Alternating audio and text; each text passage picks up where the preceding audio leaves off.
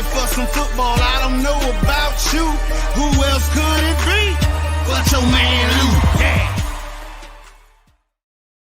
Who else could it be but me, your man, Louie T? Welcome to Monday Night Football overtime.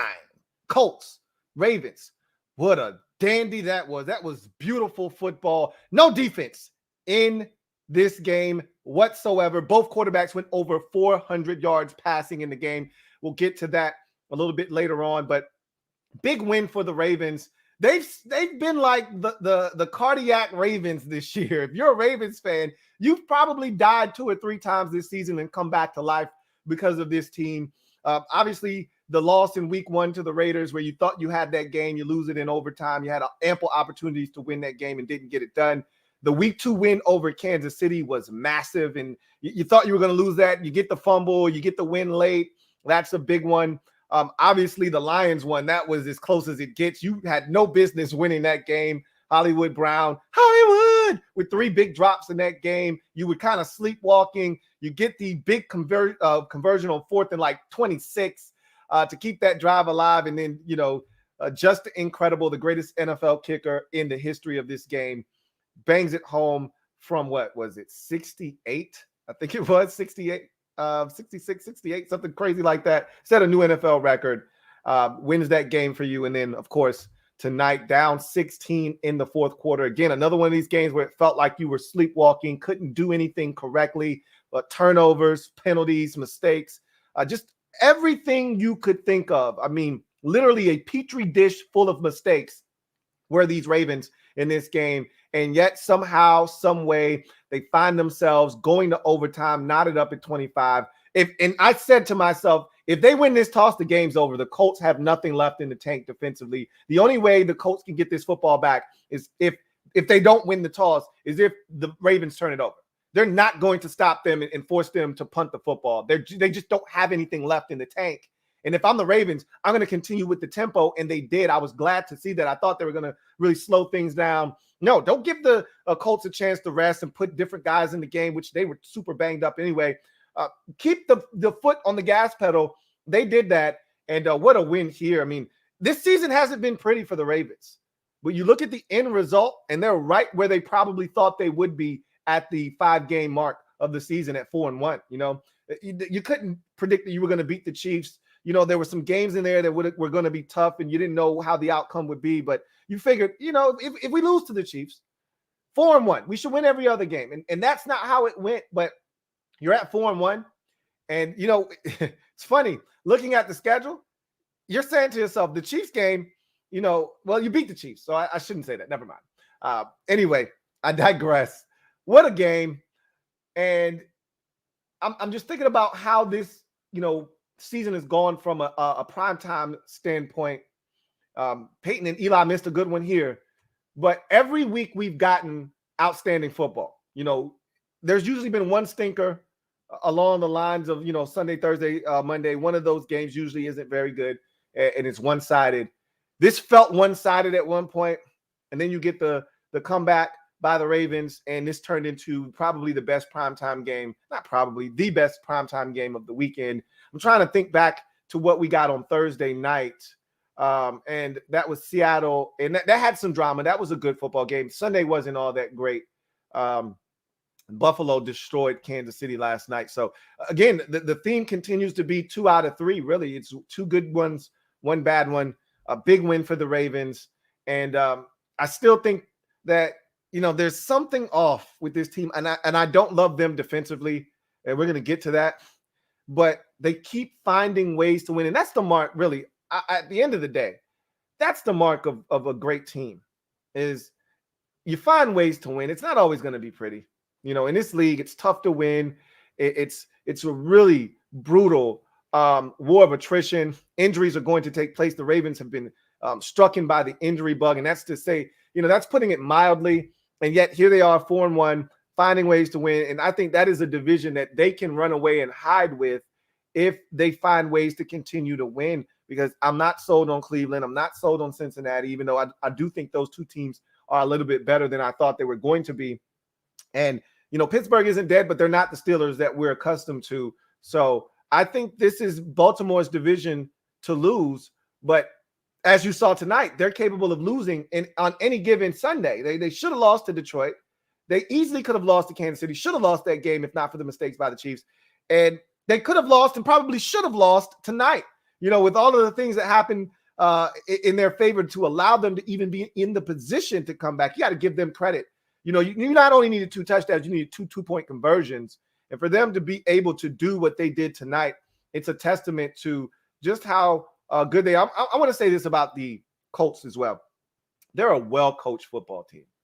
It sucks that the NFL schedule makers didn't do them any favors in the first 5 weeks. It's almost like, somebody in the NFL league office was pissed off by somebody on the Indianapolis Colts staff or roster, because their schedule to start this season was absolutely brutal. Okay. The kind that gets you off to a 1-4 start. I mean, seriously, home for Seattle in week 1, home for the Rams in week 2. I think they got their first win of the season in week number 3. And that might have been, Jacksonville or somebody, Houston or somebody like that. I can't recall who exactly they beat to get their first win of the season. But then you go on the road at Tennessee. And now you're on the road at Baltimore. I mean, it was a brutal start, man. I mean, it was tough for anybody to navigate that, let alone a Colts team that had their quarterback dealing with a foot injury. They didn't know if he was going to be ready for week 1. Your all-pro guard dealing with that same foot injury. Both of them are ready for week 1. Both sustained injuries in week 1. Wentz is able to tough his out. Nelson not able to do the same. And T.Y. Hilton, what's new? He's always hurt. And this team just keeps, finding a way to fight. They're well coached, man. It sucks that they're 1-4 because their record says they're 1-4. And we've heard the old adage, you are what your record says you are. I don't believe that to be the case for the Indianapolis Colts. They're the best 1-4. I mean, who gives a shit, right? If you're a Colts fan, you don't want to hear this shit. We're the best 1-4 team in the league. Nobody wants to hear that, right? But it's true. I remember saying that with the Chargers, over the years, like this is the best 1-4 team I've ever seen. They just find it tough to win in these close games. Same thing for these Colts, man. This is a really good team. And if there were any team that 1-4 that I say, don't throw dirt on them just yet, they're not dead yet, it'd be the Indianapolis Colts. Because they play in the worst division in all of football, because this team has shown resilience, even though they haven't always turned into wins. I don't know what their schedule looks like, and I imagine it's going to ease up at some point, but they still have Arizona on the schedule. They still have San Francisco. Who knows what the 49ers are going to turn into? So there's still tough games on the schedule, obviously, but I don't know what that looks like, but obviously there's got to be 2 Jacksonvilles or 1 Jacksonville or 2 Houstons or 1 Houston. I don't remember who they beat already, but I think it was one of those teams in the division. I could be wrong, and they could have 4 games against those teams left, and Tennessee again at home. I'm just not willing to count the Tennessee Titans out. I don't know what the rest of the AFC will look like because their team's starting to come back to earth. We already saw what happened with the Vegas Raiders and their situation. They're done. Their season's over now. The Broncos are starting to come back to earth as we thought they would. And so the Chiefs are struggling right now. We don't know if they're going to dig themselves out of the hole. I wouldn't bet against them either. But you can see that the AFC East stinks. The AFC conference as a whole is starting to turn into one that, again, you start off slow, but because there's 17 games, you may have a chance to dig yourself out of the hole if you're Indianapolis. This one stings, though. You had no business losing this football game. 0. Too many missed opportunities, too many, especially early with the turnovers, right? Wentz fumbling the football on one missed opportunity. I felt like there was something else, another possession that ended prematurely, even though you moved the football. There were missed opportunities early. There were missed opportunities late. The blocked field goal, the missed field goal. How about giving up a deep ball to the Hollywood Brown? Hollywood, when you've been playing cover 2, which is what you do, as a defense, and you decide, all right, we're going to leave, a backup corner, Bo Peep Keys one-on-one essentially in coverage with Hollywood Brown. That doesn't make any sense when you're up 16. That's a bitter pill to swallow if you're a Colts fan. That one stings. It really, really does. And for the Ravens, if you're a fan of the Ravens, you're becoming accustomed to this. These late game theatrics that allow you to somehow come out on top. That's what it's been for you this year. Of your 5 games, 4 have come down to the wire, and 3 of them you've been victorious in. So this is something that you are accustomed to. The only team you beat handily was the Denver Broncos this season. Everything else has been pretty much nip and tuck, close down to the wire, with you finding a way to be on the right side of things. The defense for the Ravens, and I'm going to talk about Lamar Jackson as well, and then we'll get to your comments. This defense is obviously banged up, the secondary in particular, but they're not the same group. They got run on tonight. They gave up big plays. If Jason Owe doesn't get pressured, then nobody does.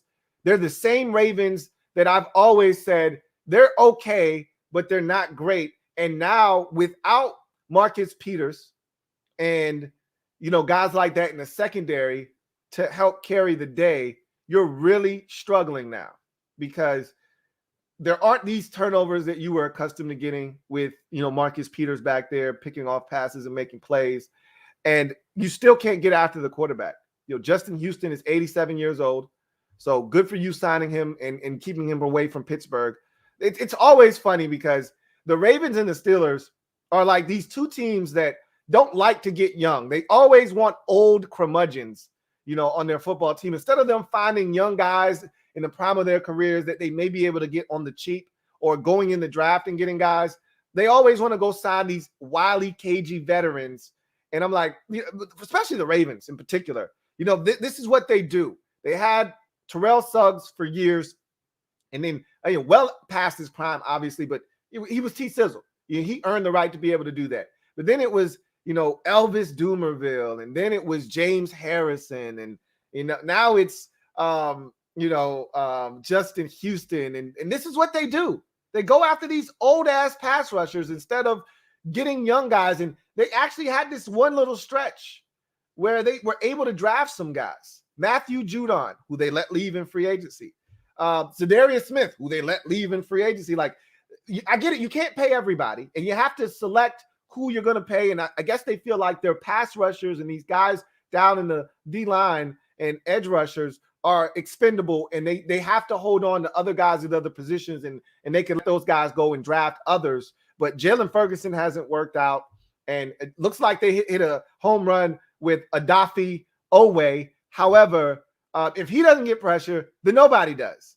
And that's no way to live when your secondary is as decimated as it is. And you were getting shredded by Carson Wentz tonight. Absolutely shredded. And it wasn't just Wentz. They were killing you on the ground as well. They really could do no wrong offensively. They did whatever the hell they wanted to do. Like when they scored that touchdown and got the 2-point conversion, in my head, I'm saying, this Ravens defense isn't going to stop them from getting in the field goal range. And then Tavon, my God, if they would have lost this game on that field goal, Tavon Young, first of all, let me explain something to you. I was heavily invested in this game because the Ravens were my sole survivor pick of the week. I didn't have a podcast on Friday, so you guys weren't aware of that. But for those of you who are in the survivor pool, that was my pick. So I can't tell you how many times my survivor pool has ended on a Monday night by myself, thinking I was outsmarting the rest of everyone in the survivor pool, only to have my pool ended in a way that is, I remember, and I still to this day have not forgiven the Atlanta Falcons for losing to the New York Jets on a Monday night when I just thought there's no way the Falcons are losing to the Jets. And they did. And so I thought this was another one of those nights where I outsmarted myself. I should have just went with the Titans over the Jags like I had initially, but I like to stay away from road teams. Well, I like to stay away from road teams and family business. If they were at home, I would have probably gone with Tennessee there, but they were on the road and they were coming off of that debacle against the Jets. I knew they were going to win. I wasn't comfortable with that. So I said, they might rally around Herb and get their first win. I just needed to stay away from that game. So I said, I'm not going to New England. You know why? Because everybody else, literally, there are like 8 people remaining in the survivor pool, and 6 of them picked New England. And I said, you know what? That's the kind of game that you'll get got on, and everybody will get eliminated, and one person will end up winning this damn thing because everybody has New England. And I was so happy seeing New England down 22-6 or 3 or whatever the hell the score was, just knowing that they were going to lose and how many people were about to be eliminated in the survivor pool. I had a shit-eating grin on my face only to see the Patriots come back and win that goddamn game. I was so pissed off. Anyway, I digress. So I had a vested interest in this game. And I thought I'd already come to grips with the fact that this ain't the Ravens' night. This ain't my night, and it's over for me again. And then watching them scratch and claw their way back, tie this damn thing up at 25, and Tavon Young with the bonehead play of the year. Yes, I get it. That was a cheap shot. That was some dirty dick dastardly shit by Jack Doyle. You cannot respond in that moment. You can't do it. And he lost his damn cool, and it almost cost his team. And had they lost this game, I'm going to keep that comment to myself. I would have been pissed off, though. I can't imagine what a Ravens fan would have felt like had they lost the game because of that. Anyway, they didn't, as the football gods would have it. They righted that wrong because they knew that Jack Doyle was out of pocket and he needed to pay. So they made sure that field goal didn't go through the uprights. And like I said, the football gods always have a way of balancing the scales when it's all said and done. But the Ravens defense is a concern for me. I don't know if you can win against, like, say, a Buffalo. I don't think you can beat Buffalo playing the kind of defense the Ravens currently play right now. I just don't think that's possible. If they don't blitz, they usually don't get pressure. If Odafe Owe doesn't make a play, they don't get pressure. They right now, to me, are a liability defensively, and I don't know. Their offense is good enough for them to win and win big because they've surrounded Lamar Jackson with weapons. If they're healthy with Samuel Watkins and Hollywood Brown, Mark Andrews, and they're going to get Miles Boykin back here shortly, and, Duvernay, and I like that they're getting James Prochet involved now. They got all of these weapons. I like Josh Oliver as another option at tight end. Like, they got so many weapons, The offense isn't the issue. It's the defense now. And for all of you Lamar Jackson bashers out there, how you like him now? This was one of those games where he couldn't use his legs. His legs were essentially deemed irrelevant tonight. He had to use his arm. And I don't know if he completed 80%. If not, he was damn close. Well over 400 yards in the game tonight. So for all of you Lamar Jackson can't throw from the pocket bashers out there, take this one, stick it in your pipe and smoke it.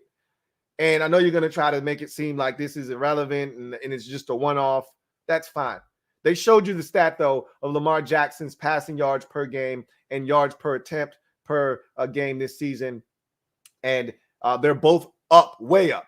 He's like 12th in the league in yards per game. This is going to probably jump him into the top 10 in terms of passing yards per game now. And that the yards per attempt, they're there as well. So Lamar Jackson, I told you, I thought he could evolve as a passer. And you're seeing a little bit of that. He's going to have to continue because I think he's going to have to carry this team this year because this defense, they're going to have their weeks where they're good when they play lesser offenses. But when they play teams that are fully capable, they're going to struggle, I think, defensively. And we saw that against the Raiders. We saw it against the Chiefs. And we saw it again tonight. When you play the Broncos or the Lions, yeah, they're going to dominate those teams because those teams struggle on the offensive side of the football. They're not great offensive football teams. But when you play the teams that can score, that do have a credible quarterback and enough weapons to get the football to, you're going to struggle. And I thought it was a masterful job of play calling tonight by the Colts. They really kept that Ravens defense off balance with screens and quick passes to slow that rush down. And then when they did drop back and there was no pressure, Wentz did a great job of finding the open receiver, whether that was Campbell or it was Mo Alley Cox or it was Pittman down the field. Everybody chipped in, So it was a really good job of keeping the balance, the Ravens defense off balance by the Indianapolis Colts. But at the end of the day, The Colts weren't good enough defensively after a hot start defensively. They were outstanding in the first half. And really for the first 3 quarters. Let's keep it a buck. I mean, that forced fumble of Lamar Jackson and the subsequent return, which was negated, was these guys were balling, man, for 3 quarters essentially.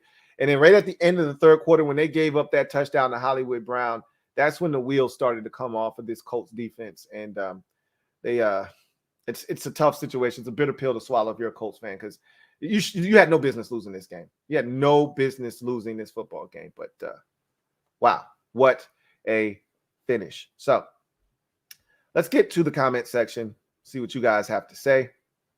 If you're out there and you want to have your comment read on the air, if it is pertinent, use the hashtag LouieTLive to have your comment read on the air. If you want to jump to the front of the line, super chats are the way to get that done. So we will start with the super chats and work our way down after that. Let's see. Fat American gets us started tonight. Thank you for the super chat. Greatly appreciate you, Fat American. And also thank you for being a member of the MOBB. Greatly appreciate you. Who writes, Yo, Lou, watch Ron's press conferences from today and yesterday. Yikes, my man's looking defeated. Think he's starting to realize where he's at. I don't think that's what that was. I think he is feeling the pressure. And I said this on the show tonight on Washington Football Nightly. I think he's starting to feel the pressure of this defense underachieving. You know, we're 2-3. It's not like we're 0-5 or 1-4. We're 2-3. We could easily be 4-1 or 3-2, or we could easily be 0-5. But we're probably where we should be at 2-3, because we're not well coached right now, and our players aren't very smart. And when you put that combination together, and we're inconsistent, and we're young, you put all those things together, and you probably should be 1-4, 0-5, but we're 2-3. And that's where the experience of last year came into play, because we've won 2 close games. And you don't win those 2 close games if you didn't have some of those experiences last year to put you over the top. That said, I think he's starting to feel the pressure of this defense underachieving. And I told you guys before, the worst thing that could happen to Ron was that they won the division last year, because it put more emphasis on this team being good this season when they weren't ready to be good yet. And it gave them a schedule that they probably weren't ready to handle.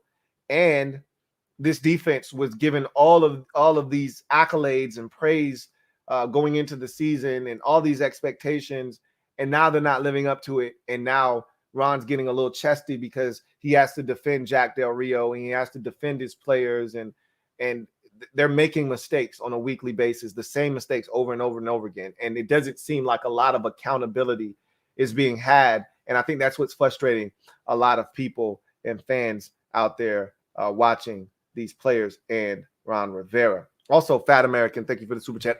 Double up. Thank you for doubling up. Who writes, this organization as a whole, he says, is a whole other beast, man. Hope Ron can pull himself and the team together and get through this. Hope he doesn't pull a Spurrier on us. He's not going anywhere, man. Ron Rivera isn't going to quit. That's one thing you can say about Ron, is he's not going to quit.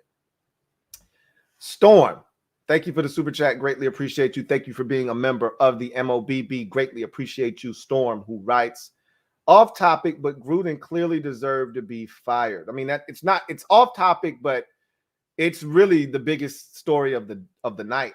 So I'm pretty sure this won't be the last time we'll talk about it. He says he was the most powerful man in the Raiders organization, and now he's gone. Absolute shocker. Thoughts? I'm not shocked. You know, from the moment they uncovered the Damari Smith comments, you going down a slippery slope, my man. And you know we're in the cancel culture right now. So once those comments came out, and you know what the NFL is all about right now, they're all about inclusivity. Everyone's got a voice. You know, women, people of color, gay, straight, doesn't matter, hetero, it doesn't matter. Everybody's included. And this was the Damari Smith comments was just the start of what they found. But I don't know if those alone would have been enough to get him out of there. And that would have upset some people if it wasn't, right? But then they uncovered more, and he took shots at everybody. And that's what got him canned, essentially, you know. And you know, what I find, I don't find him getting fired shocking. What I find shocking is that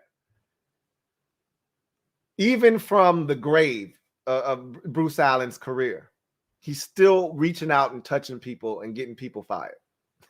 Our shit bleeds over into other organizations and gets other people fired. Like, none of this is uncovered if Daniel Snyder isn't out here having a toxic organization with misogyny and all kinds of nonsense going on in his organization that prompted a full NFL launch of an investigation into the toxic nature of the organization. None of this is uncovered. It's not like John Gruden said this last week or last year. He said this in 2011 when he was working at ESPN, okay? Almost a decade ago.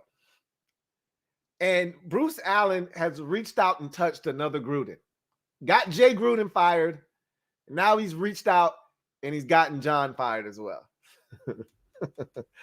Boy, I tell you, man, when your shit stinks, your shit stinks. And Washington's shit stinks and the Raiders shit stinks. And specifically John Gruden's shit stinks. And he had to get reached out and touched. So I don't know where they go from here. Their season is done. But as far as like moving forward, like is Mike Mayock now done? I mean, he's the general manager, but he was John Gruden's guy. So does the next guy come in, get rid, you know, does he have the power, the autonomy to get rid of, you know, Mike Mayock, or is Mike Mayock now in charge? And is Mark Davis going to tell, you know,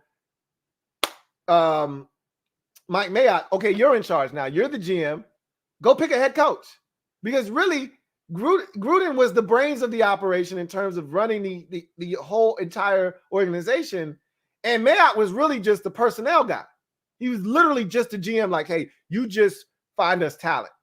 And still, Gruden had the final say there as well. So I'm intrigued by where they go from here. Do they just wipe the slate clean? All the coaches are going to be gone after the season because you're going to hire more likely than a guy from the outside to take over the Raiders. And, you know, this sucks for Derek Carr, obviously, you know, because he was just really getting comfortable in Gruden's system and he was the perfect quarterback for it. And now all of these players that they've assembled that are a reflection of Gruden and his philosophies and ideologies are on this roster. And the next guy that comes in is going to be like, what is this, 1996? What am I supposed to do with these dudes? A fullback? A couple of running backs? You know, it's going to be interesting to see where this goes. It's really a fascinating situation for the Raiders, indeed. Metaphor, thank you for the super chat. Greatly appreciate you. Thank you for being a member of the MOBB. My guy, Metaphor, writes, Gruden joins his bro Jay in racism. Proof with RG3. I disagree with that vehemently. Robert Griffin III was a dick. He was a pompous, arrogant dick. And he threw his teammates under the bus. And he still he thought his shit didn't stink. Nothing worse than a guy that thinks his doo-doo don't stink. And he's got the funkiest shit on the entire team, but he's pointing out other guys and talking about what other guys aren't doing. And Jay was sick of it. And I was sick of it. And you know what? Jay probably shouldn't have done what he did, which is publicly lambast him and run him over, park it, put it in reverse, you know, put it in drive, run him over, put it in reverse, run him over again in the media, and then obliterate him in an article for the NFL.com. Probably shouldn't have done those things. But you know what? I was rooting Jay on from the sidelines, like, get his ass. Get his ass and get his ass the hell out of DC. He stinks. And he wants to point the finger at people. You got some nerve. So I don't agree with Jay Gruden being a racist, but hey, if that's your narrative, knock yourself out. Big Money Sonny, thank you for the super chat. Greatly appreciate you. Thank you for being a member of the MOBB. My guy, Big Money Sonny, writes, Bruce Allen strikes yet again. Yes, he does. Yes, he does. That was the only thing I could think of is Wow, none of this happens if Washington isn't being investigated by the league. If Beth Wilkinson isn't, leaving no stone unturned, this doesn't come up. They could have swept this under the rug too. I don't know whose hands this got into, but maybe Roger was like, oh, he want to talk shit about me? Oh, okay. His ass is done. He might have let the Damari Smith shit slide. But I'm a P word? Oh, okay. All right. I got your P word. Your ass is finished. You're done. So, Bruce Allen definitely strikes again. My goodness. Joshua Farish. Thank you for the super chat. Greatly appreciate you. My guy, Joshua Farish writes, the Prince of Darkness has affected the Raiders. The Prince of Darkness does it again. He did it again.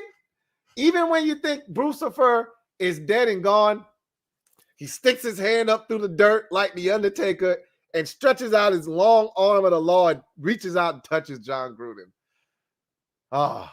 The irony of all of this. It's amazing. Storm again. Double up. Thank you for doubling up, Storm. Greatly appreciate you. Who writes, Khalil Mack came home and wrecked Gruden's offense, and that was Gruden's last game as head coach of the Las Vegas storybook ending, huh? I guess that was fitting, all kind of came full circle, if you will. So, yeah, maybe there was a little bit of synergy there, and synchronicity to that for sure. Got another super chat here from Masterio McManos. Thank you for the super chat. Greatly appreciate you. Who writes, my team once again got one in a close game. #Ravens. They seem to be the masters of that this year. In the year where there have been a ton of close games, I think I heard tonight that there's been an overtime game in every single week of the season to start the first 5 weeks of the season.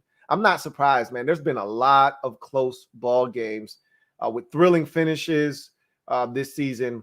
I think the officials have been awful this year. Some of the rules and all they're doing a lot of times is they're enforcing the rules. I think the rules need to be changed. Like that horse collar sack, that's bullshit, man. That's a good Wentz, his favorite move. And it's funny, my dad would always say he's gonna hurt himself that way. Because anytime Carson Wentz sees a defender, he ducks. That's his first thing. His first inclination, I don't even think he thinks anymore about it. He does it so often that the first thing he does is he ducks. And my dad's like, he's going to catch a knee to the head and it's going to knock him out cold and he's going to get a concussion. Because you can't keep ducking. But that's his move. And he ducks. And a lot of guys aren't used to quarterbacks ducking. Not to survive the play. When they duck, they're usually looking to go down. He ducks to try to avoid you, so you slide over him, and he tries to extend. And it almost worked. And when Justin Houston realized, shit, he's about to get away, I got to grab him. The first thing, when you're trying to sack a quarterback, you're not thinking about, I need to do this. Or if you hit him in the head, you hit him in the head. If you grab him by his nameplate, you grab him by his name. Like, I'm trying to get this guy down by any means necessary. That's bullshit. And I thought he was still in the pocket too. I didn't think he was outside of the pocket. And I know that, with the quarterbacks in particular, there is no horse collar for a quarterback in the pocket. I thought he was still in the pocket. That was a bullshit ass call. But anyway, I digress. These Ravens seem to live for these types of games. And for some reason, they find ways to get it done. And they did it again tonight. And I don't know if you could continue to live on the edge like this and keep getting away with it. Excuse me. Because at some point, you're going to find out yourself on the wrong side of some of these games. But you got away again tonight. And just know, if you play better teams and you do some of the things you did tonight or you did against Detroit, you're going to lose. You're not going to get away with it. So this team has to be better. I worry about them, but they're finding ways to win, and that's the most important thing, Fat American, thank you for the super chat. Greatly appreciate you.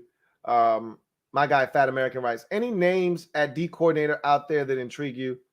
I mean, there are plenty, but it's no reason to have that discussion now because nothing's going to be done. And those names could change. I love Matt Eberflus, but he's a defensive coordinator himself.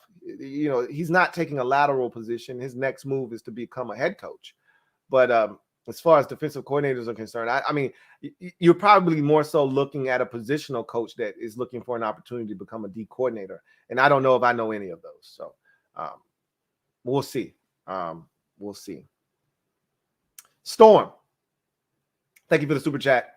Greatly appreciate you. My guy Storm writes, season over for my boys, but we have talent, a flexible QB spot, and new facilities. We should be able to get quality coaches. Blessing in disguise, maybe, because you were going to be tied to Gruden for the next decade. He had signed a 10-year contract, and he was only in year 4 of that 10-year deal. So I didn't think he was going to win anything of note anyway, with his philosophies and the way he did things. But we'll see. It might be a blessing in disguise. And you're right. It's not like you're talentless. You do have talent on that football team. But a lot of the talent fits what Gruden wants to do. It's kind of made in the mold and image of what Gruden was as a head coach. So it'll be interesting to see if guys are able to adapt and adjust to whomever comes in there. But at the end of the day, as you mentioned, new facilities, you can do whatever you want. If you're not a Derek Carr fan, you can move on from him. I don't know what his contract situation looks like, but I think that's going to be a position, that's going to be a coaching vacancy that will be very intriguing in the offseason for sure. I really do feel that way. Thank you for that super chat. All right. So that's the last super chat. Let's get to the comments. Juan Gotti talking sports. Blocked, really? What we got to do to get some luck like that here in Washington, because we know what would have happened if that was us, LOL. I mean, that isn't luck. Calais Campbell has 8 block kicks. I know you heard that. He's 8 block kicks since like 2013 or something like that. Whatever that. I mean, that's not luck. That's a skill. When you have 8 and the next closest guy has 5, it's not luck. That is a skill, my man. So, no, that's not luck. He's 6'7", and he knows how to use it. So that isn't luck there. HHC Lunar. Wentz had his best game, but let's be honest, no one will talk about this game because of Gruden. I talked about Wentz, and I'm pretty sure more people will talk about Wentz. Wentz was outstanding. I told you I gave Wentz some love. I don't know if it was last week or the week before, but I said, I think it was after the Titans game, when they lost. I said, man, Carson Wentz is a warrior. You say what you want about Wentz. Man was playing on 2 severely sprained ankles. I know a lot of dudes that would have taken a couple of weeks off to heal from that.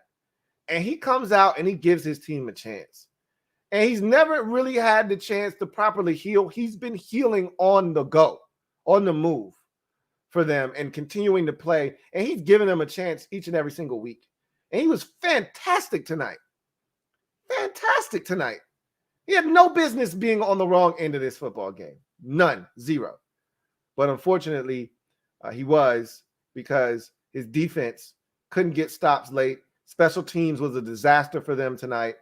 And it hurt him. It hurt him big time. Unfortunately, he needed to pull out his do-it-yourself kit tonight and not let drives end in field goals. They needed drives to end in touchdowns because of whatever was going on with Rodrigo Blankenship and that whole kicking operation. It was just a mess. So it's unfortunate because he played his ass off tonight, did Carson Wentz. Got a super chat here from Joshua Farish. Double up. Thank you for doubling up, Joshua. Greatly appreciate you. My guy Joshua Farish writes, by the way, I was front row seat at the Washington versus New Orleans game on the Washington sidelines. I knew we were in trouble when I saw Del Rio scratching his head. Would really like to know what Landon and Jackson were discussing on the sideline. That's interesting. But, I mean, I don't really know. I don't know if they were discussing the touchdown, on the second possession of the game when Jackson was essentially turning that receiver over to Landon Collins, and Collins wasn't home. I don't know if they were discussing that or, what may have you, but it seems like one of our safeties is always involved in that conversation when something goes awry and there's a big touchdown given up. So, what else did you see on that sidelines? Anything? Were there any players meetings like there was in Atlanta when, the defense got together and had a big huddle, after, one of the big plays they gave up against the Falcons? Were there any of those on the Washington sidelines or not?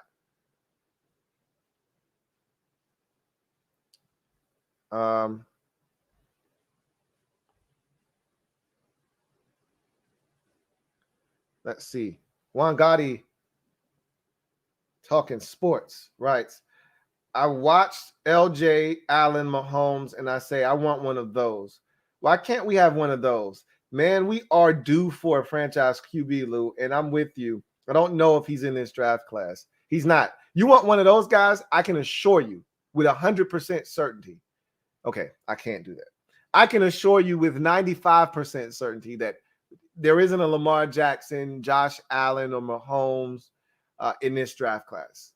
And again, I'm intrigued by this Malik Willis guy, but I don't think he's any of those guys. And I want one of those. I'm like you. I don't want Baker Mayfield.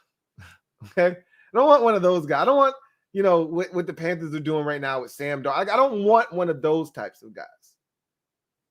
I want one of these dudes who's going to give us a chance for the next 15 years. Every year, because we got that guy at quarterback. That's what the Bills have. That's what the Texans had in Deshaun Watson, and they're going to lose that. That's what the Seahawks have. That's what the Chiefs have. That's what the Ravens have. I want one of those guys that because you have that guy, you've got a shot each and every Sunday, and you've got a chance to win a Super Bowl every single year because you've got that guy. Brady, I want one of those types of guys. And really, I think Brady is a rare breed now because he can't move. So you're not going to see many of those guys come along and destroy the league anymore. Like he's the last of a dying breed, with the Phillip Rivers and the Eli Mannings of the world. Like those guys are extinct now, essentially. Brady's kind of holding on and trying to pass that torch to Mac Jones, but even Mac can move a little bit. I want one of those guys so bad. But like you said, and I've said this, but like you said, I don't think that guy exists in this year's draft. I really don't. So we'll see what happens. Niners fan writes, our season basically over, Lou, and now Lance is hurt. I'm starting to question Kyle and some of his play calls were trash. Defense shut down Kyle and never thought our offense would be so bad. I just don't think you have a ton of talent. Deebo Samuel is essentially your offense. You don't have enough skill position players. With no George Kittle, did he play yesterday?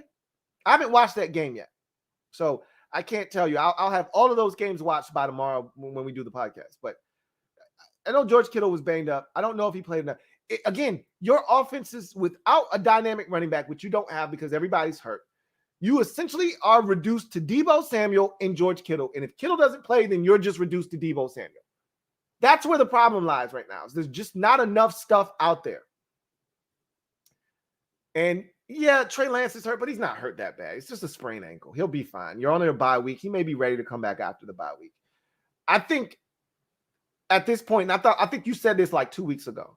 At this point, I don't need to go back to Jimmy Garoppolo. Let's just get the Trey Lance era in San Francisco started. Trey area. Let's just get that started right now. Let's move forward, see what the young fella can do, and get him ready to help us win at a much higher clip next year. So, your season from the competitive portion of it may be over. I wouldn't dismiss you quite yet, but more likely than not, yeah. It's probably over. And at that point, now you just got to find ways to help this young fellow along and get better. So that's what I think. Jonathan Hankey writes, leave it to my Colts to do a choke job, shaking my effing head. Yeah, that's rough. That's brutal, man. You guys played way too well tonight. to lose this football game in the manner that you did. But when you're struggling like you are this season at now 1-4 and coming into this game 1-3, you're 1-3 because of games like this, because of situations like this. You know, you've had opportunities in those first 2 weeks against the Seahawks and the Rams, especially the Rams, where you fumble on a 4th and 1. And I mean, you've had unfortunate circumstances really hurt you this season. And that's how you end up with the record that you have. But tonight you were fantastic. And again, it came down to the fourth quarter. And you know what's crazy is I just thought your offense was going to do enough to keep that Ravens offense at bay. I thought you were going to score too many points. And they weren't going to be. I thought that field goal that got blocked, that was it. That was the one. You score that, they don't have enough time and enough possessions to come back and win this game. And I just figured you were going to, because I kept waiting for that one possession where you were overwhelmed by the Ravens defense and the crowd noise, because after they scored that touchdown in the 2-point conversion to cut it to 8 at 25-17, the crowd was in a frenzy. They were delirious. And I said, okay, here it is. Wentz is going to make a mistake. He's going to fumble again. He's going to throw an interception. They're going to go 3 and out. And nope, they went right down the field. And instead of you getting the touchdown, you settled for the field goal and it got blocked. And at that point, I said, they're really trying to lose this game, which I was in favor of because I had the Ravens in my survivor pool. But I said, they're really going to lose this game. They're trying their hardest to give the Ravens every opportunity to come back and win this game. And sure enough, that's exactly what happened. Got another super chat. Let's see. And it is from Joshua Farish. Thank you for the super chat. Greatly appreciate you, Joshua. Thank you for tripling up. Who writes, nope, each defensive position group had a bench. When something bad happened, then players only stuck within their group. Figured as much. I heard tonight that when the Colts gave up that big touchdown to Hollywood Brown, that, you know, their leader on their team, on the defensive side of the football at least, the maniac, Darius Leonard, got the whole group together, the whole defense together, and gave a fiery speech. Told these guys, hey, let's get our heads out of our asses. You know, this is our game. We played too well to this point. Obviously, it didn't work. But, you know, that's what you want. You want that kind of leadership to show. And I think we're lacking that right now on the defensive side of football. I mean, think about it. Who's the defensive leader on this team? You know, everybody wanted to bitch and complain about John Bostic, but he was the defensive leader. Who's the defensive leader now? Who steps up and rallies the troops now? We don't have that guy on the football team right now. So, yeah, I think you kind of see those types of things show its ugly head when, you know, when adversity hits, you find out what the true test of your team really is. And we're going to find out a lot about Washington's football team, because last year when the adversity hit, we came together as a team, where whether it was rallying around Ron and having cancer, or rallying around the quarterback position, which was ravaged by injuries, and then rallying around Alex Smith and the comeback story, or just rallying around the fact that this division stunk and nobody was giving us a chance except us and winning. We're going to see if they can find a way to be a galvanizing force for themselves instead of allowing the outward pressure be divisive, because the media is poking and prodding. They're asking very pertinent questions, but those questions are pervasive. And if you don't answer them correctly, if you allow them to, it can divide your team. I don't know if you got, you know, I'll save that for another day. I won't go into that tonight. We have too many Washington shows for that. Jonathan Delmos writes, that kicker, Colts kicker looks like a doofus. Look, I'm not gonna allow you to talk about Rodrigo Blankenship, okay? Yes, he looks like he doesn't belong anywhere near an NFL football field. But yes, kickers are people too. And although he looks legally blind, he can kick the football. And I like Rodrigo Blankenship. He showed some toughness tonight too. He was apparently dealing with a hip injury, but continued to kick. So leave Rodrigo Blankenship alone. That's all I'm going to say to you. Hank Midas writes, with an upcoming mediocre QB class, I think we should go after Mitch Trubisky worth a shot. I don't really see the upside in doing that now. I thought that was the move this past offseason. Low risk, not a lot of money, and he's a former, number 2 overall pick. That to me was the route to go. If you wanted to see if a young quarterback that a team gave up on could have a Ryan Tannehill type resurgence, that was the opportunity to do it. Go after Mitchell Trubisky. The Bills are paying Mitchell Trubisky a 1 year, $2.5 million deal. That's what it would have cost you to get Mitchell Trubisky to come in and compete. Maybe he took a little bit less because he knew he was going to Buffalo to be a backup quarterback. And maybe his agent said, hey, this is a great opportunity to sit behind Josh Allen and maybe resurrect your career. But if he gets to Washington, maybe he wants a little bit more money because he knows he's competing for a starting job. Whatever the case may be, he wasn't going to get a ton of money. And I thought that was the way that they could have potentially gone. I wanted Marcus Mariota, but he would have ended up hurt like he always does. He's not even starting for Vegas, and he got hurt. So he probably would have gotten hurt anyway. But they went the direction that they went in. I don't have a problem with Taylor Heineke playing. I wanted to see him anyway, so I'm not second-guessing what they did this offseason. I just don't think that Mitchell Trubisky is the move next. Like next year, we need a real option at quarterback. Like we need a real decision to be made on the position. That to me is not a real decision if you get Mitchell Trubisky. So something definitive needs to be done in year 3 of Ron's plan. So Niners fan, right? Colts are actually a good football team. They're just missing one piece on offense and defense. And what are those one pieces? What are those individual pieces that you think they're missing on both sides of the football? For me, I think they're a well-coached football team. And I feel like the schedule makers really put them at a keen disadvantage. But if you're a good football team and you think you're good, you got to find a way to win, against good teams in this league. Like you can't feast off of the bad teams and never find ways to beat the good teams in this league. And that's pretty much where they find themselves at right now, is that they couldn't beat good teams on the schedule, and that's why they're 1-4 right now.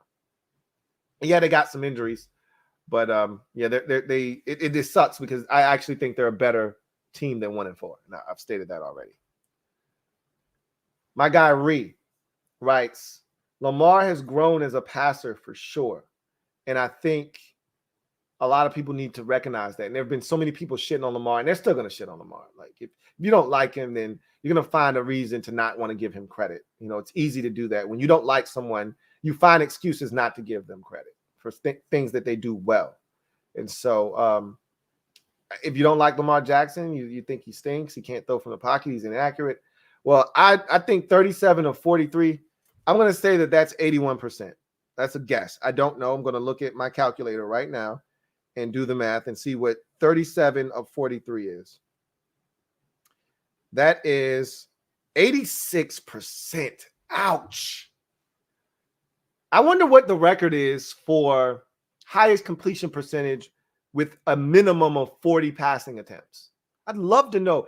ESPN needs to get their crack staff on that and give me the numbers on that. Who has the highest completion percentage in a ball game with a minimum of 40 passing attempts? Man threw it 43 times and completed it at an 86% clip. And these weren't all dink and dunkers. These weren't all 5-yard checkdowns.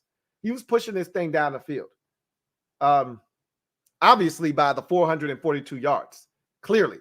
Okay. He's averaging over 10 yards in attempt. So obviously he's not, the air yards are there is what I'm essentially saying. He's evolving as a passer, and I thought this would happen. Good observation, Ree. Got another super chat. This one is from Metaphor. Thank you for the super chat, Metaphor. I think this is your second one. Might be your third. Double up. I'm not sure. So we're just going to double up. Really appreciate you, Metaphor writes. Blankenship's pocket protector got in the way. He looks like he has a pocket protector. I'm not allowing the Rodrigo Blankenship slander tonight, but he does look like he owns several pocket protectors. Like anytime you wear the rec specs, which is what he wears, they make you look like you have no business being on a football field. So, yeah, Metaphor. His pocket protector got it away. Let's get back to the comments up here. And I think we left off at Jonathan Hankey right here. Fire the entire coaching staff. What entire coaching staff? Not the Colts coaching staff. I just complimented them. I really like what they did tonight. I don't think they lost this game because of the coaching staff, honestly. They had a lot of injuries on the defensive side of the football, too. I mean, you were probably playing with your 5th and 6th corner in this game. I mean, they said that a guy that was pulled up off of the practice squad was in at cornerback, and I saw him like 40. Anytime you get a guy playing at corner with 40-something on, that's problematic. That guy definitely, and I get it. The Ravens, I think Marlon Humphreys is wearing like 44 or something like that. Generally speaking, you get a corner out there and he's wearing 40-something, he usually stinks, or he's new. He's new to the table, and he couldn't get into the 20s club, and so he just took whatever number was available. But you were pretty banged up tonight, you know. Rock Yassin, I think, left the game at one point. I know Xavier Rhodes got injured. You were already banged up coming into the game, and it got worse as the game progressed. I thought the defensive staff had a really good game plan early, really for the first 3 quarters of the game. And then I thought the injuries really started to take effect. And he tried to protect those guys with the injuries by playing soft and often soft. And Lamar just started to go to work, really. And then I thought the tempo really heightened everything too. It made everything exponentially worse. You know, it's hard to rush when your guys are dog tired and you don't have a lot of reserves to go in and out with. So, I thought there were a lot of different circumstances and factors that played into the comeback for the Ravens and the loss. But I don't think this staff was to blame.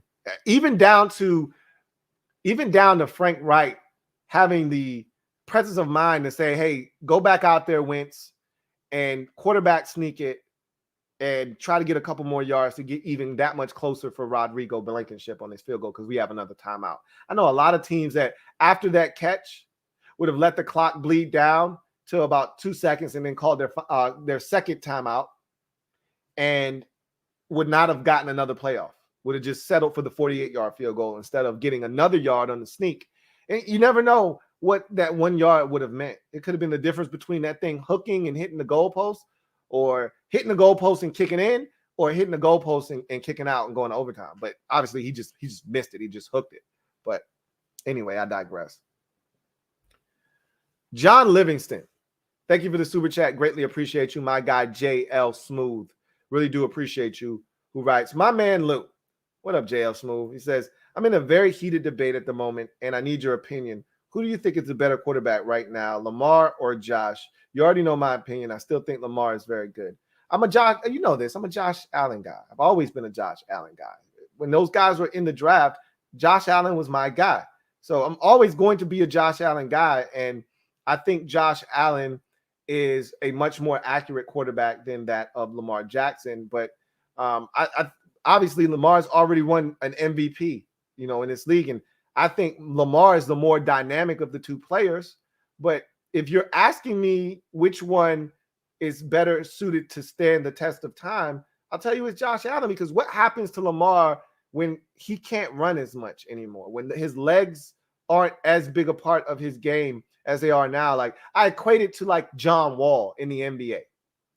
His game is so predicated on his speed and his ability to get to the rim and his ability to take guys off the dribble. It sets up everything else that he does. As a defender, you got to play off of him, because if you come up to him too quick, if you come up to him too close, he can blow by you, get to the rim. He can take it off the rim on the other end on a rebound and go coast to coast with his speed. Like, that's his game. So what happens after all of these knee surgeries and he doesn't have the same explosion? What does John Wall do then? Like, he doesn't have a great jump shot, even though it's gotten better through the life of his career, but he's still not a prolific jump shooter and shooter in the league. Like, what do you do? How does your game age at that point? I look at Lamar and I say, he's starting to develop as a passer, so that's good for him. And who knows how long it becomes before his body is taking too many shots and he has to say, all right, I got to stop running. I got to play from the pocket now. It became a point where Randall Cunningham was like, I can't do that shit anymore. I got to stay in the pocket and deliver the football. Steve Young got to a point where he's like, I can't do that running shit. I've had several concussions in my career. I got to stand my ass in this pocket and find a way to become cerebral that way. And so at what point does that happen for Lamar? And is he able to make that adjustment? For Josh Allen, we've already seen that he can throw the football from the pocket, but also use his legs when need be. Like last night, when shit started to break down, he was like, I got it. I'm going to pull out my do it yourself kit and do it myself. And I'm a Josh Allen guy, but make no mistake about it. Lamar Jackson isn't that far away from Josh Allen in my eyes, but I think most people that you talk to would take Josh Allen before Lamar Jackson. But that doesn't mean Lamar isn't a hell of a football player. And you already said that yourself. You're acknowledging that he's a really good football player. I'd take Josh Allen. I'm a Josh Allen guy. I've been a Josh Allen guy that hasn't changed. But Lamar Jackson, to me, is a guy that the Baltimore Ravens are in the same boat as the Seattle Seahawks. Lamar Jackson is the Baltimore Ravens. You take him off of their football team, they stink tomorrow. Same thing with the Seattle Seahawks. We're going to see Geno Smith for the next month. Let's see what the Seattle Seahawks look like then. Okay. I wouldn't be shocked if there's I don't know who they play over this 4-game stretch, but I wouldn't be shocked if there's an ass whooping or two in there. I wouldn't be shocked because Russell Wilson is such a big part of who they are, the identity of the Seattle Seahawks. So that's how I feel. I'm a Josh Allen guy. Thank you for the super chat, John Livingston. Got another one here from my guy, JL Smooth. Double up. Thank you for doubling up. Thank you for being a member of the MOBB. Of course, my guy, JL Smooth writes, bet I'm going to tag you with this guy trolling me on Twitter saying this Colts game is why Lamar is better. You don't have to tag me because I don't deal with trolls. I don't feed the trolls. I don't, that's your debate. I'm not coming to your defense, okay? That's your debate. He's going to feel, look, you're not going to change his mind, John. You have to understand that. When you get into debates with people, that's why I don't get into debates with people. You have your opinion, I have mine. I'm not looking to change your mind because if your mind is set already, there's nothing I can say to change your mind. So we're going to agree to disagree. So, and there's no right or wrong. You may think you're right. He thinks he's right. What's the proof? Neither one of them have won a Super Bowl. Your guy's been to an AFC championship game. Lamar has fallen one game short, but Lamar has an MVP. Your guy doesn't. So, I mean, how do we know who's right? It's just a matter of opinion and preference. So my answer isn't the end all be all. Like, just because I'm on your side, he's not going to say, oh, well, he says it's Josh Allen, so it must be Josh Allen. Okay, you win. Like, that's not going to change his mind, right? So I don't think that's really going to do anything, John. He's not going to agree with you. You just got to come to grips with that. And in your heart of hearts who you think is better. You may be a little biased, but I don't think you're wrong. Anyway, I digress. Let's get back to where we left off, and I think it's here. Reese says, my blue wrench looks good, huh? Yeah, it does. Has a nice little tint to it. Fits you well. Ree, glad to have you. Bigger TV. Thank you for being a member of the MOBB writes. Crazy game, Lou. Lamar is the truth. Yes. Yes, he is. And yes, this was a crazy game. And I enjoyed it thoroughly. And I'm glad that the team that I picked for my survivor pool came out on top, because there could have been a rant. I was going to resist the urge to come up here and rant because I would have been pissed off because I would have been eliminated from the survivor pool. But I told myself whether they win or lose, I was going to resist the urge to rant. But had they lost in regulation due to Tavon Young's penalty, I probably would have ranted. I probably would have went nuts. So I'm glad that didn't happen. Gregory Lightbody says, I heard the Raiders need a head coach. I got one for them. He's currently the Washington defensive coordinator. Well, they've gone down that road before already. You're probably trolling and trying to be funny, but they've already had Jack Del Rio in Oakland. Now they're in Vegas. They've already had him. They've gone down that road before. They're not going down that road again. Jonathan Hankey says, we suck. You don't suck. Your record sucks.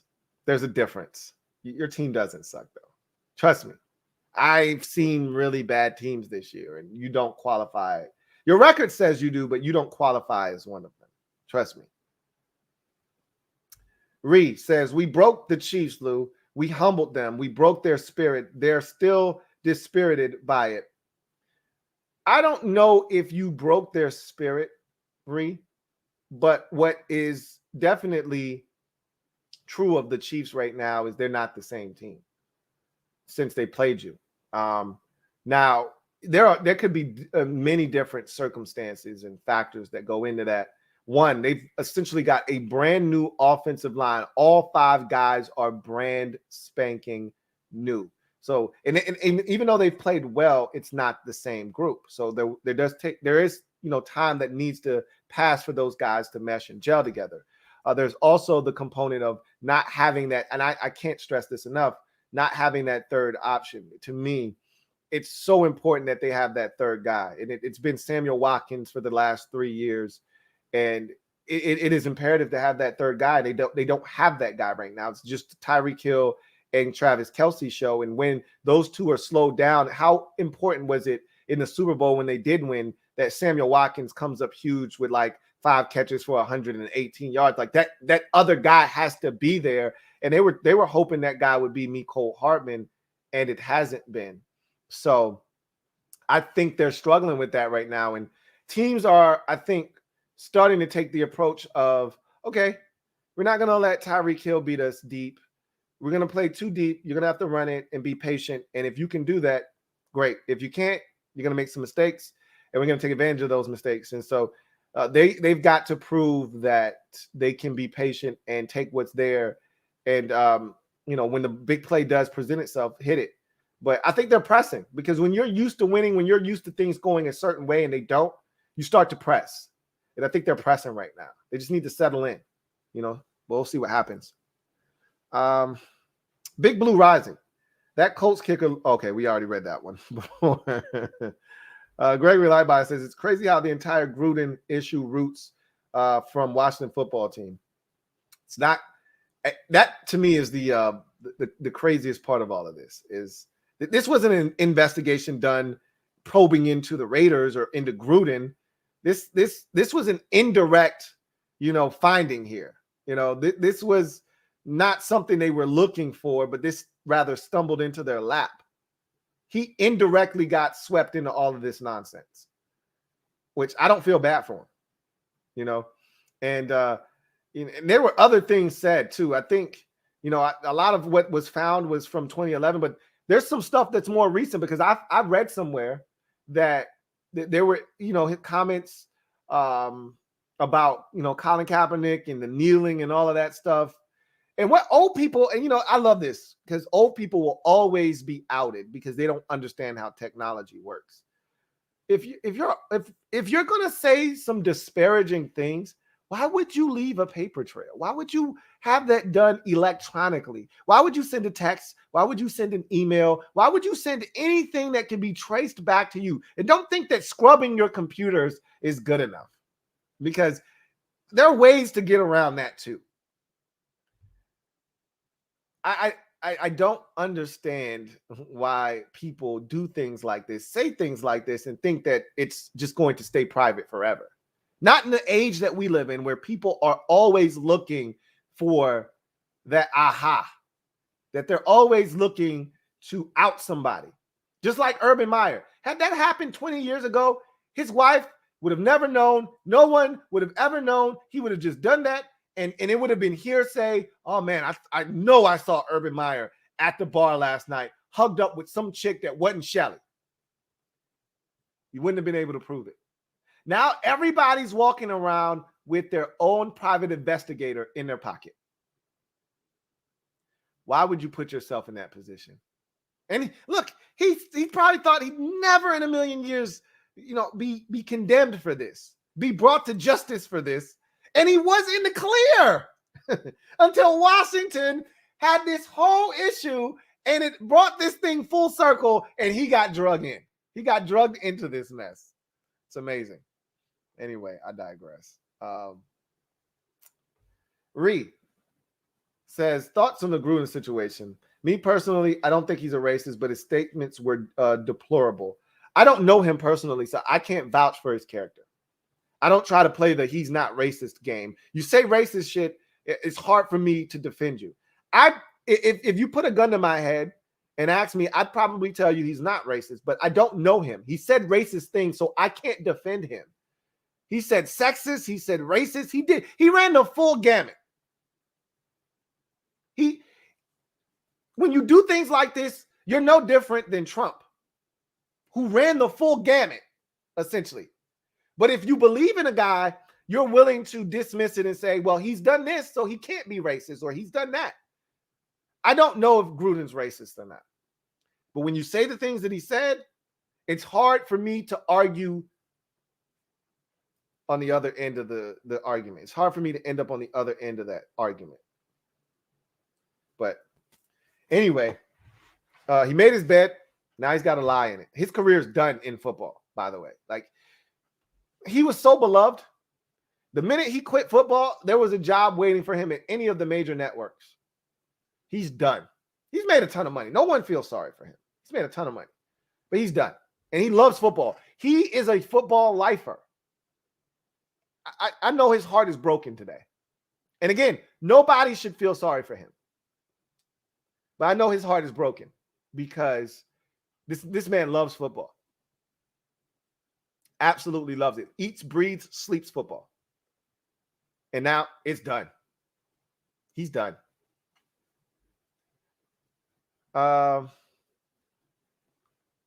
Let's see.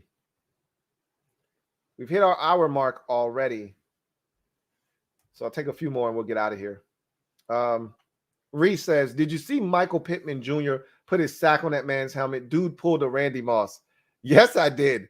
The fact that I used to call those back in the day. I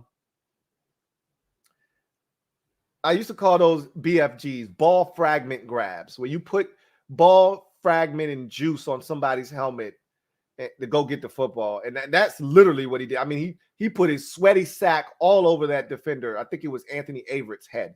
Matter of fact, it was really in his face because he was facing him when he did it. I mean, that makes it 10 times worse. Sweaty. I don't know if he has a shield, but I'm pretty sure there was sweaty ball juice on his shield that, you got to wipe off. And then to make matters worse, to not tackle him and have him pretty much, stiff arm you down and then, take your teammate and drag him into the end zone. I'd say that was pretty badass on his part, but pretty damn embarrassing for Anthony Averett. Anyway, digress. Metaphor, thank you for the super chat. Greatly appreciate you. My guy Metaphor writes, John, all good. No paper trail. I didn't print it. That's the problem with these old people. They don't think that there's a trail that can be traced back to you because there is no paper actually involved. But that electronic mail, known as email, that shit is as good as you signing your signature on something. If that shit comes from your email account and we can trace it back to your damn computer or we can trace it back to you, the origins of it back to you, you're dead on arrival. DOA. Dead on arrival. And that's essentially what happened to him tonight. So as unfortunate as it is, he did it to himself. He really, truly did. Let's see. We'll take a couple more and then we'll get out of here. See where we left off at. I think we left off up here by a super chat.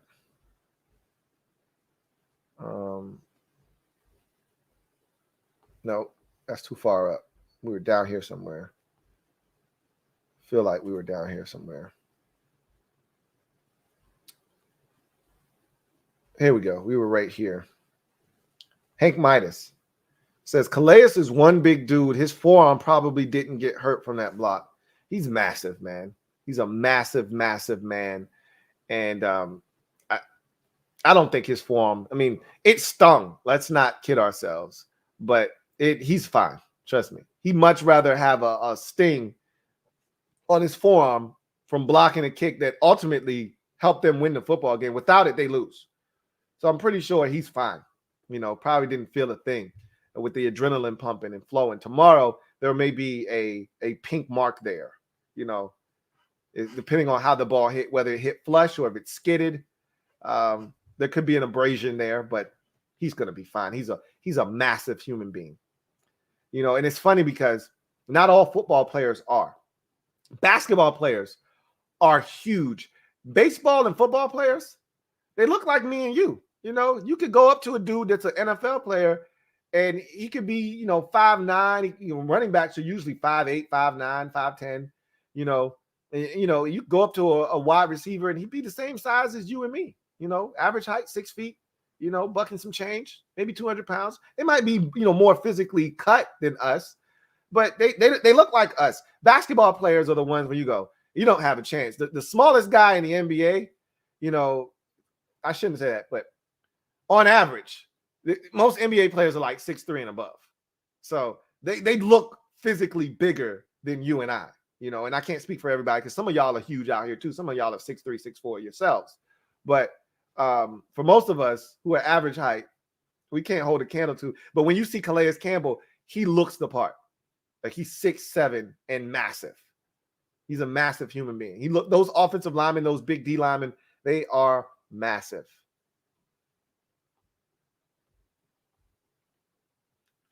Ree writes, did you know that Hollywood Brown is Antonio Brown's cousin? Yes, I did. I think for most people, that was common knowledge. When he was coming out of Oklahoma, I think a lot of that was kind of disclosed that was his cousin. He got the nickname because he grew up in Hollywood, Florida. Antonio Brown is from Florida. People started putting 2 and 2 together. They worked out in the offseason. He does the whole, calling thing. He gets that from his cuz. So yeah, I think everybody should know that. I'm not sure if everybody does know that or not. But if you don't know, now you know.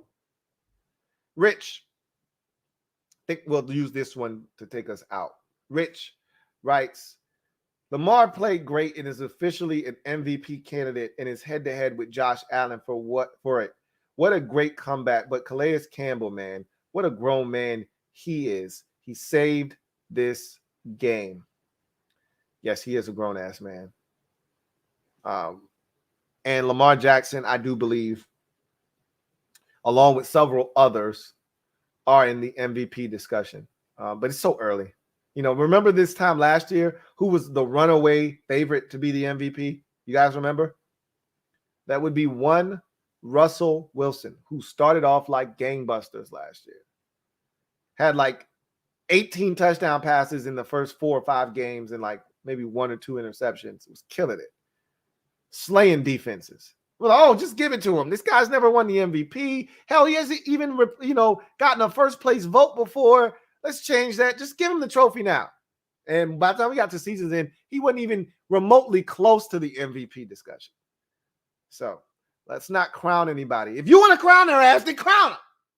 I'm not crowning anybody right now, though. But Lamar definitely had a great game tonight. And he's good. I think he's going to have to. I said this already earlier in the show, and I'm going to double down on it right now. I think he's going to have to carry this team. Because I don't think the defense is very good this year in Baltimore. So we will see. But that's going to do it with, for me, your man Louie T here on Monday Night Football Overtime as we put a bow on Week 5 in the National Football League.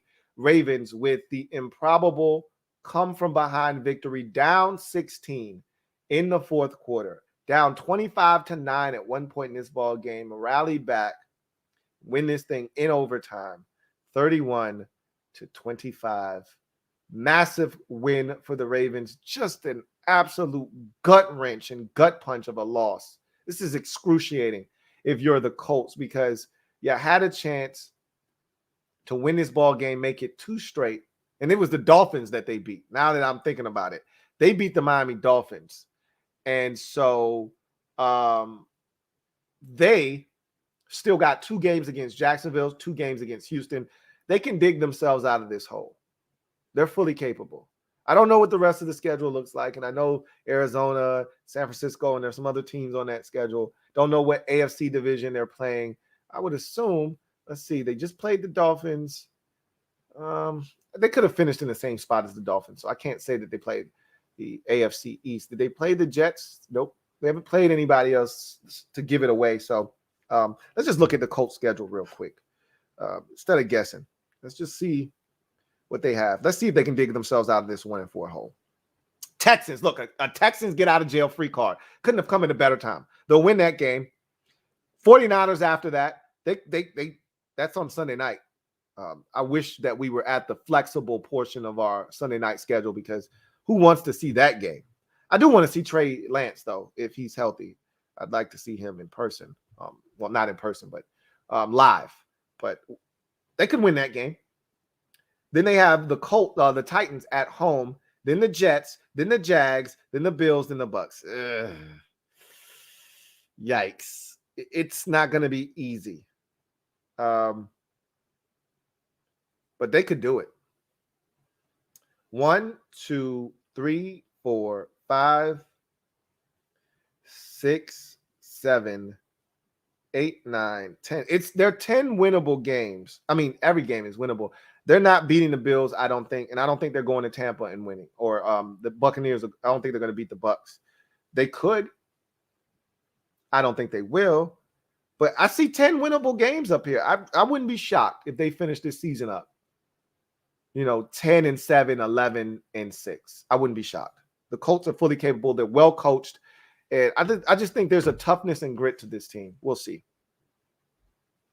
Well, we'll take this one on the way out. Big Money Sonny, thank you for the super chat. Greatly appreciate you. I think you doubled up here. Doubled up. Might have been tripled up. Either way. I got Big Money Sonny right. Sorry, one more shout out for Bruce. Salutes.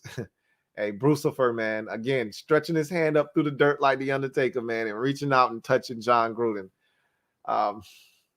If the situation wasn't funny, I'd laugh about that some more. But it's really not a funny situation. But I think from our perspective, just, what Bruce has represented, and the fact that he was so close to the Grudens and having worked with them in Tampa Bay and all of that good jazz, the fact that this thing has come full circle is amazing.